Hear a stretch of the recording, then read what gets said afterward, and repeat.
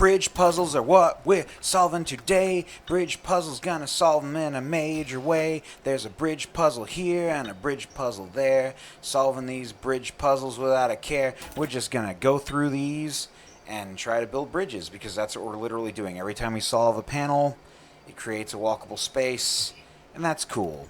And I love how a lot of people are criticizing the game because it's doing things that you could technically do with a book full of puzzles, and while that is true somewhat with the line puzzles themselves, I don't know of a puzzle book where every time you solve a puzzle on a page, it physically turns the next page, or it allows you to then walk on a bridge made of solved puzzles. So I'm not really sure how this isn't doing stuff with the video game medium that can't be done in any other art form. This is pretty much the only way you could do something like this. But, you know, I mean, I'm sure that if Myst had come out today, a lot of people would be like, wow, it's nothing but you know, free exploration and trying to solve stuff. And people would be like, oh, it's so terrible, 0 out of 10 on Metacritic.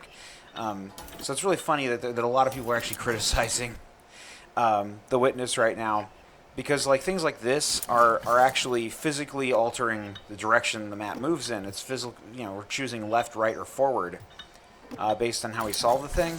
And I'm not just like reaching for straws here. There's a lot of more broad-reaching puzzles like this throughout the game that influence the 3D space in a meaningful way. And I really like this a lot. I like that, you know, we're not just here to solve line puzzles. We're also here to solve the mystery of the island. And as I'm going to show in these videos, getting to 100% is not as simple as just solving all the line puzzles that are obscurely hidden everywhere. It's also looking at the actual 3D space and how it influences the puzzles. You know, you're looking at how light and shadow are falling on the puzzles. You're looking at how trees look off in the distance behind the puzzles.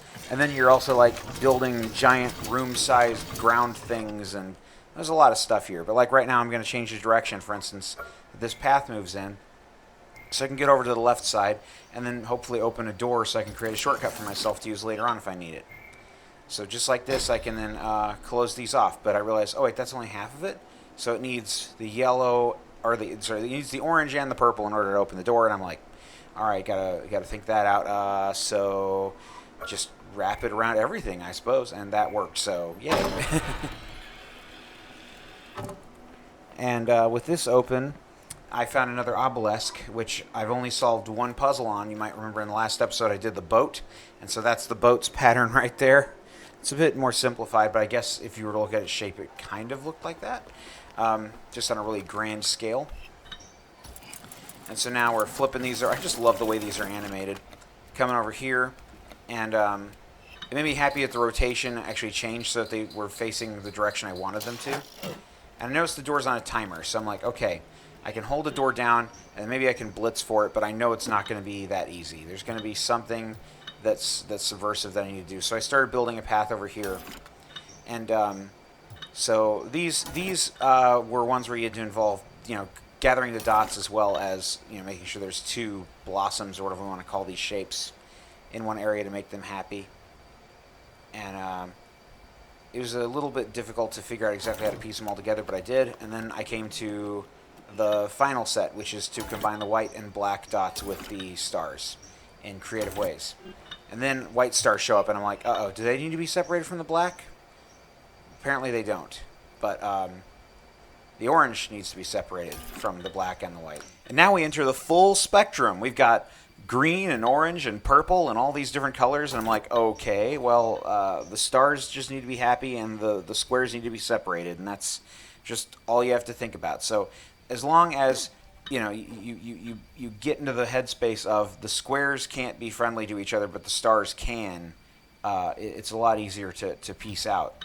But the big problem with these puzzles is something I haven't noticed, which is that the stars are always a different color from the squares. And later on, that's actually going to come into play, but this is the last panel of this set. And then finally, the star color actually influencing things too comes into play. Actually, I had a bit of a hard time figuring this one out for some reason. So I'm right now running at 16 times speed. As you see me trying to brain out the puzzle, it's kind of hilarious how long that took me. Then after that was done, I solved a bunch of these really easy ones.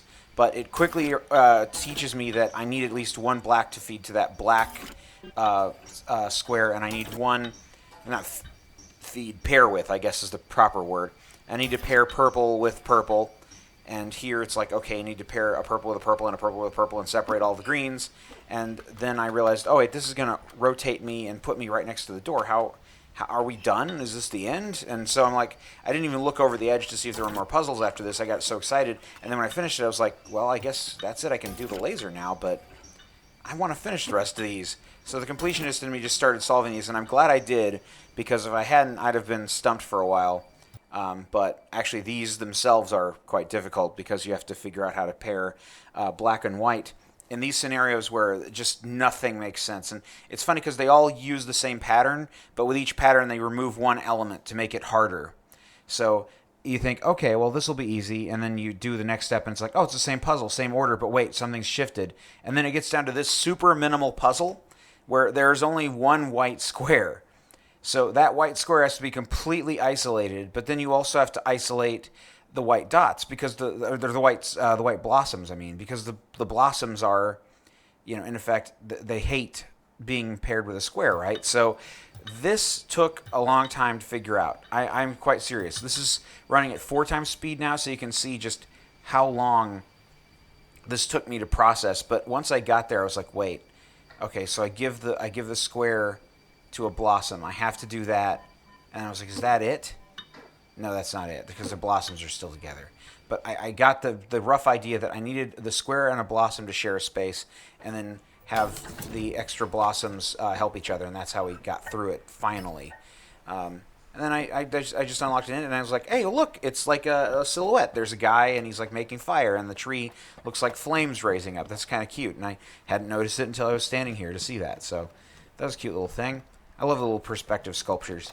And then I saw this, and I was like, okay, so now we just have to figure out how to make this bridge work. So I run all the way back, and then just for fun, I was like, let's see if I can actually run that distance in that time, because I came back pretty fast. So I opened the door, and I'm like, all right, let's see how long this lasts.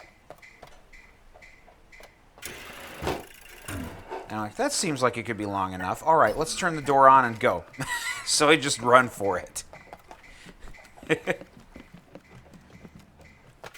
And, of course, I don't make it in time. It closes by the time I reach the purple bridge. So I'm like, all right, that's why they put the purple bridge there. It's to disorientate you and think, okay, that's when I'm on that bridge. When timer-wise, I should be able to make it. But there's one additional bridge you have to pass to get over. So it's like, no, it's not going to work.